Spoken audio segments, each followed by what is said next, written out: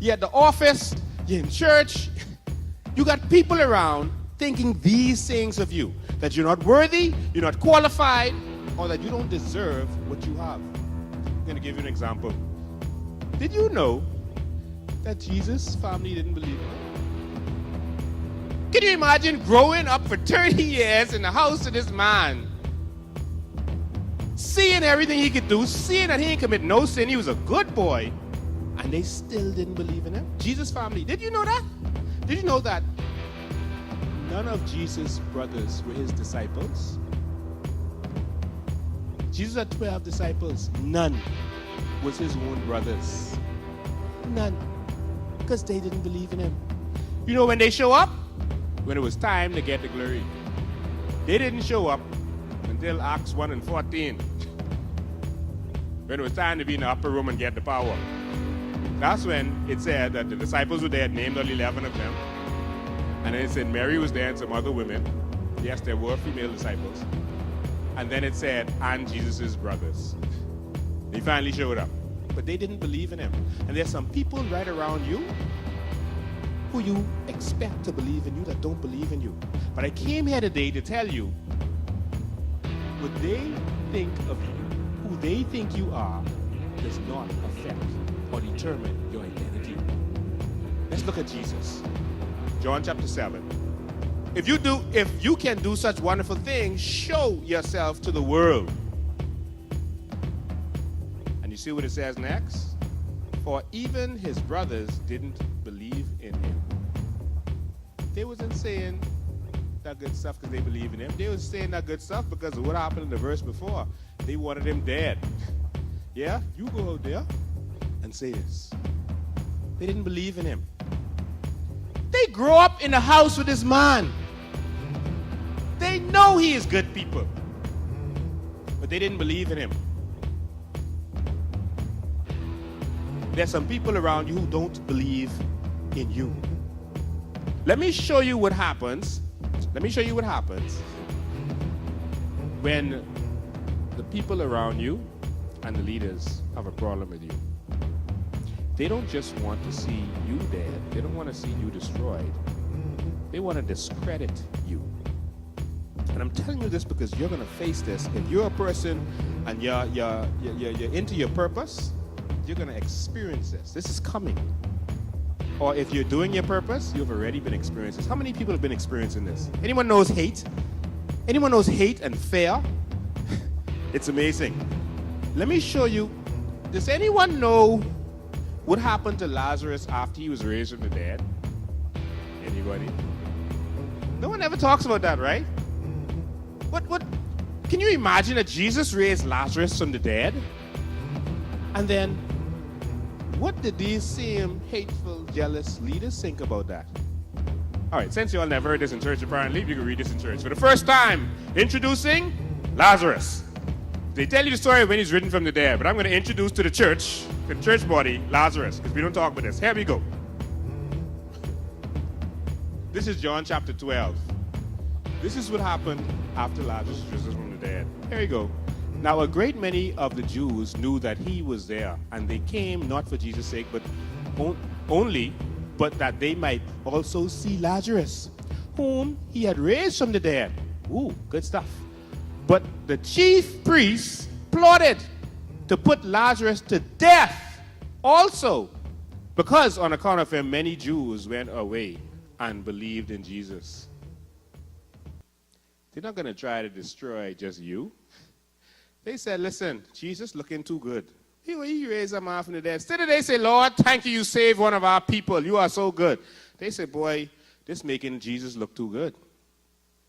We got to kill Lazarus. Not just we got to kill Jesus. We got to kill Lazarus. Because these people are coming and they're seeing Lazarus alive and they're saying, and Jesus looking too good. He looking better than us. So they said, let's kill Lazarus. When you start to pursue your dream, when you start to open your business, someone's going to say, she doesn't deserve that. Where she get off? Look at her driving in that new fancy car. Let's kill her business. Let's mess with her at customs. Let's mess with her at DC. Let's talk bad about her. Let's spread rumors about her. You're going to experience this. You are not better than Jesus. So if he experienced that, you're going to experience that. They said, let's kill Lazarus. And so I have something to tell you, to inform you. When you experience someone who comes to you and says that you're not worthy, you're not deserving, you're not qualified, I'm going to tell you what to tell them. You got to memorize this. All right? Memorize this. This is important. When they come to you and say, you are not worthy of this, you're not qualified, you don't deserve this, you look them deep in the eyes and you tell them, you know what? I think you're right.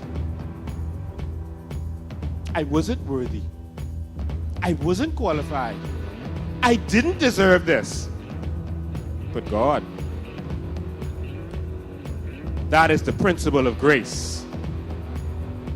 Grace is not being forgiven even though you didn't deserve. That is not grace. Grace is being empowered even though you were not worthy. You didn't deserve. You were not qualified. That is the principle of grace. Jesus came to bring empowerment. That is the principle. So when they come to you, you don't argue with them, you know. You say, you know what? You're right. That could hurt them even more. You know what? I didn't deserve this. I don't know. Boy, that God fella, I don't know what he's up to. But he works in mysterious ways. The fact is, God never picks qualified people. He never has, and he never will. He never picked deserving people. He never picked worthy people. Let me tell you something. Paul, the Apostle Paul, who was Saul, was the most unqualified candidate in the history of the world for anything. He was on the way to kill Christians. And he was picked to lead the Christians and to write most of the Bible. What? He just came from killing Christians. He was going to kill some more, and God said, and God acted as if he didn't even see that.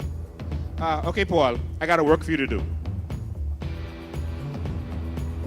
Many of you say, oh, well, he got to go get it right first. He got to go sit down.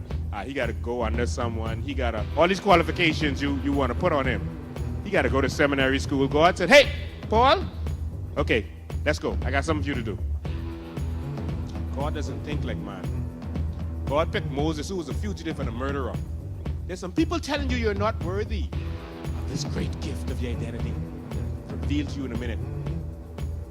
God didn't come to Moses and say, listen, I need you to go ask for forgiveness. I need you to go do some stuff. And then I could use you. So when you get that straight, come back. There's some people who don't come to church because they believe that they have to get their life right first. God is saying, get in here and let's get to work.